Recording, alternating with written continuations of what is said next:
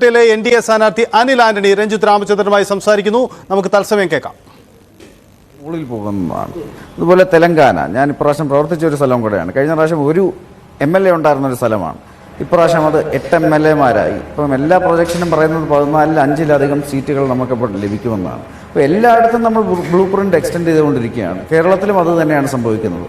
ഇതുവരെ ചരിത്രത്തിൽ കേരളത്തിൽ പല സാഹചര്യം കാരണം നമുക്കൊരു സീറ്റ് ഇവിടെ ലഭിച്ചിട്ടില്ല. 2-3 പ്രാവശ്യം വിജയത്തിൻ്റെ അടുത്തെത്തി. പക്ഷെ പല സാഹചര്യം കാരണം നമുക്ക് സീറ്റ് ലഭിച്ചില്ല. പക്ഷേ 3-4 മണ്ഡലങ്ങളിൽ നമുക്ക് നല്ല വോട്ട് ഷെയർ ഇവിടെയുണ്ട്.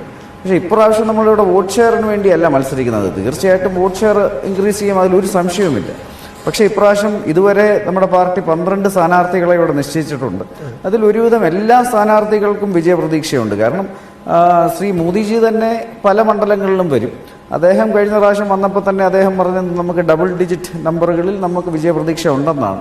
അത് വാസ്തവമാണ്. കാരണം ഇന്ന് ഇന്ത്യ വളരെ മാറിക്കഴിഞ്ഞിരിക്കുന്നു. ഇന്ന് ഇന്ത്യൻ ജനത ഇന്ന് കഴിഞ്ഞ തെരഞ്ഞെടുപ്പിൽ പോലും 2019-ൽ പല സ്ഥലങ്ങളിലും, പ്രത്യേകിച്ച് കേരളത്തിലൊക്കെ കോൺഗ്രസിന് വിജയ സാധ്യതയുണ്ട്, രാഹുൽ ഗാന്ധി പ്രധാനമന്ത്രിയാവാൻ സാധ്യതയുണ്ട്, അങ്ങനെയൊക്കെയുള്ളൊരു നറേഷൻ ഉണ്ടായിരുന്നു. പക്ഷേ ഈ 2024 ആകുമ്പോൾ കാശ്മീർ മുതൽ കന്യാകുമാരി വരെ, കച്ച് മുതൽ കാംരൂപ് വരെ എല്ലാ സംസ്ഥാനങ്ങളിലും ഒരു കാര്യം ജനതയ്ക്ക് ഉറപ്പാണ്. നിങ്ങളുടെ സർവേ ഞാൻ കണ്ടിരുന്നു. ഒരു കാര്യം വളരെ ഉറപ്പാണ്, അതായത് 3ാം ടേം ശ്രീ നരേന്ദ്രമോദിജി നയിക്കുന്ന NDA തന്നെയായിരിക്കും. തീർച്ചയായും അത് ഈ മറ്റ് പല സംസ്ഥാനങ്ങളിലും BJP അത്ഭുതങ്ങൾ കാട്ടിയിട്ടുണ്ട്. കാരണം അധികാരത്തിൽ വരില്ല എന്നുള്ള സംസ്ഥാനങ്ങളിൽ പോലും അധികാരം പിടിച്ച ചരിത്രമുണ്ട് BJPക്ക്. താങ്കൾ കേരളത്തിലെ ചില സാഹചര്യങ്ങൾ കൊണ്ടാണ് ഇതുവരെ സീറ്റ് ലഭിക്കാത്തതെന്ന് പറഞ്ഞു. ആ സാഹചര്യങ്ങളിൽ ഈ തെരഞ്ഞെടുപ്പിൽ എന്ത് മാറ്റം ഉണ്ടായെന്നാണ് കരുതുന്നത്? വളരെ മാറ്റമുണ്ട്. കാരണം ഇന്ന് പരമ്പരാഗതമായി ചരിത്രപരമായി കേരളത്തിൽ 2 മുന്നണികൾ ആയിരുന്നു ഏറ്റവും ശക്തമായിട്ടുള്ളത്, LDF-ഉം UDF-ഉം. പക്ഷേ ഇന്ന് പല സാഹചര്യം കാരണം ഇപ്പം ദേശീയ രാഷ്ട്രീയത്തിൽ ഒന്നാണ്. എല്ലാ സംസ്ഥാനങ്ങളിലും ഇവരൊന്നാണ്.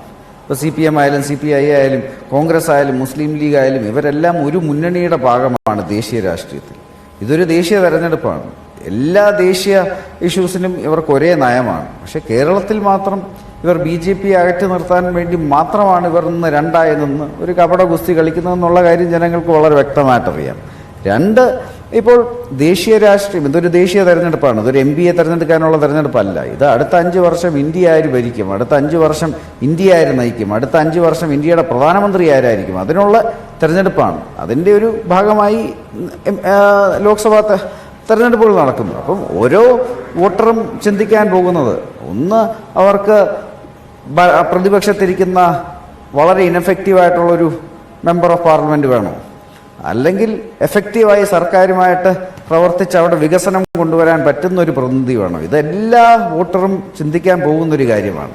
ഇപ്പോൾ ഒരു ഉദാഹരണത്തിന് തന്നെ, ഇപ്പോൾ താങ്കളുടെ സർവേ തന്നെ പറയുന്നത് LDF അപ്പം ചിലപ്പം 10 സീറ്റ്, ഇപ്പം മറ്റെല്ലാവരും 10 സീറ്റ് കിട്ടുമെന്നാണ് പറയുന്നത്. അപ്പം LDF-നൊക്കെ മാക്സിമം പോയാൽ കമ്മ്യൂണിസ്റ്റ് പാർട്ടിക്ക് 4-5 സീറ്റ് കിട്ടുമായിരിക്കാം, കോൺഗ്രസ് പാർട്ടിക്ക് ഒരു 40 സീറ്റ് കിട്ടുമായിരിക്കാം, ഭാരതീയ ജനതാ പാർട്ടിക്ക് മിക്കവാറും ഒരു നമ്മുടെ സഖ്യകക്ഷികളോട് ഒരു 400 സീറ്റ് കിട്ടുമായിരിക്കാം. അപ്പം അങ്ങനെയുള്ളൊരു സിറ്റുവേഷനിൽ നമ്മുടെ വോട്ടർമാർ അവർ ഒരു MPയുടെ ചുമതല എന്താണ്, അവരുടെ കോൺസ്റ്റിറ്റ്യുവൻസിയിലെ ഇഷ്യൂസ്, സംസ്ഥാനത്തെ ഇഷ്യൂസ് വളരെ എഫക്റ്റീവായി പാർലമെന്റിൽ പോയി പ്രസന്റ് ചെയ്യുക. അതായത് ഇടത് വലത് മുന്നണികൾക്ക് മാറി മാറി അധികാരത്തിൽ വരുന്ന ഒരു സംസ്ഥാനം, ആ ഒരു മനസ്സുള്ള ഒരു സംസ്ഥാനം, അതിനപ്പുറത്തേക്ക് വളർന്നു വരണമെങ്കിൽ BJP ഒരുപാട് അധ്വാനിക്കേണ്ടി വരും. കഴിഞ്ഞ തെരഞ്ഞെടുപ്പുകളിലൊക്കെ അധ്വാനമില്ല എന്നുള്ളതല്ല, പക്ഷെ റിസൾട്ട് ഉണ്ടാകുന്നില്ല എന്നുള്ളത് വളരെ പ്രധാനപ്പെട്ട കാര്യമാണ്.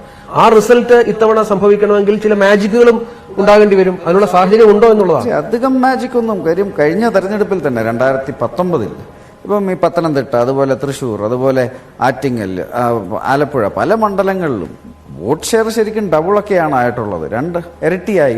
ശബരിമലയുടെ സ്വാധീനമെന്നായിരുന്നു അന്ന്. അത് പക്ഷേ പത്തനംതിട്ട മാത്രമല്ലല്ലോ, ഇപ്പം മറ്റ് മണ്ഡലങ്ങളിലെല്ലാം ഇതുപോലെ ഡബിളൊക്കെ ആയിട്ടുണ്ടായിരുന്നു.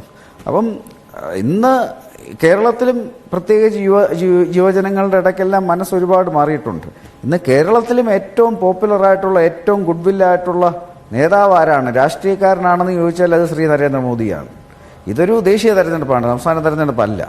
ഈ ദേശീയ തെരഞ്ഞെടുപ്പിൽ നമുക്ക് തീർച്ചയായിട്ടും വിശ്വാസമുണ്ട്. ശ്രീ നരേന്ദ്രമോദിജി നയിക്കുന്ന ഭാരതീയ ജനതാ പാർട്ടി. അദ്ദേഹം ജനങ്ങൾക്ക് മുന്നിൽ അവതരിപ്പിക്കുന്ന ഒരു വികസന അജണ്ട, അതായത് അദ്ദേഹം ഇന്ന് ഇപ്പോൾ തന്നെ കഴിഞ്ഞ 10 വർഷം തന്നെ ഇന്ത്യ വളരെ നമുക്ക് ആർക്കും പ്രതീക്ഷിക്കാൻ പറ്റാത്ത രീതിയിലുള്ളൊരു കുതിപ്പാണ് നടത്തിയത്. ഇപ്പം കഴിഞ്ഞ കൊല്ലം തന്നെ ലോകത്തിലെ 5ാമത്തെ ഏറ്റവും വലിയ സാമ്പത്തിക ശക്തിയായി. അടുത്ത നമ്മുടെ മൂന്നാമത്തെ ഏറ്റവും വലിയ സാമ്പത്തിക ശക്തിയാവും. ഇപ്പം സയൻസ് ആൻഡ് ടെക്നോളജി ഫീൽഡിലായാലും സ്റ്റാർട്ടപ്പ് ഫീൽഡുകളിലായാലും ഇപ്പം ഒരു ഫ്യൂച്ചറിസ്റ്റിക് ആയിട്ടുള്ള എല്ലാ ഫീൽഡിലും നമ്മൾ മുന്നേറിക്കൊണ്ടിരിക്കുന്നു. അതേസമയം 67 വർഷത്തിൽ ഇതുവരെ കാണാത്ത രീതിയിലുള്ള മാഗ്നിറ്റ്യൂഡിൽ നമ്മൾ ക്ഷേമ പദ്ധതികളും നടപ്പാക്കുന്നുണ്ട്. ഇത് രണ്ടും കാരണം ജനങ്ങൾ വളരെ ഇന്ന് മുൻ കാലങ്ങളെക്കാൾ അവർ കൂടുതൽ ഹാപ്പിയാണ്. കേരളത്തിൽ പക്ഷേ പല കാരണങ്ങളാൽ അതുപോലെ നമുക്ക് എഫക്റ്റീവായിട്ട് ഇവിടെ അതാണ് എന്റെ ഒരു ചോദ്യം. എന്തുകൊണ്ട് ഈ എല്ലാ സംസ്ഥാനങ്ങളിലും നമ്മുടെ ചുറ്റുപാടുമുള്ള എല്ലാ സംസ്ഥാനങ്ങളിലും ഇന്ത്യ ഒട്ടാകെ വലിയൊരു തരംഗമായി BJP മാറുന്നു, BJPയുടെ സംഘടനാ സംവിധാനം വളരെ എഫിഷ്യന്റായി പ്രവർത്തിക്കുന്നു, സീറ്റെണ്ണം കൂടുന്നു, ഈ മോദിയുടെ സീറ്റെണ്ണത്തിൽ അവർ വലിയ കോൺട്രിബ്യൂഷൻ നൽകുന്നു. കേരളത്തിൽ അതെ ഇപ്പോഴും നമ്മൾ സർവേ ഫലങ്ങൾ, ഞങ്ങളുടെ സർവേ അടക്കം 2 സീറ്റ് പ്രവചിക്കുന്നുണ്ടെങ്കിൽ പോലും ജനങ്ങൾക്ക് BJP സീറ്റ് പിടിക്കുമെന്നൊരു വിശ്വാസത്തിലേക്ക് കാര്യങ്ങൾ എത്തുന്നില്ല. ഈ തെരഞ്ഞെടുപ്പ് കഴിയുമ്പോൾ അത് മാറും. കാര്യം ഇപ്രാവശ്യം 20 സീറ്റിൽ ഉറപ്പായിട്ടും പറയുന്നു BJP അക്കൗണ്ട് തുറക്കുന്നുള്ള കാര്യം. അത് നമുക്ക് അതിനെക്കുറിച്ച് ഡിസ്കസ് ചെയ്യേണ്ട കാര്യം പോലുമില്ല, അതെങ്ങനെയായാലും നടക്കും. പക്ഷേ ഈ 12 സ്ഥാനാർത്ഥികളിൽ ഭൂരിഭാഗം സ്ഥാനാർത്ഥികളും വിജയിക്കും. ഇപ്പോൾ ഈ തെരഞ്ഞെടുപ്പിൽ ഭാരതീയ ജനതാ പാർട്ടിയുടെ 370-ലധികം സീറ്റുകളിൽ കേരളത്തിൽ നിന്നും നിരവധി സീറ്റുകൾ കാണും, MP ഉണ്ടാവും. MP ഉണ്ടാവും. തീർച്ചയായും ഈ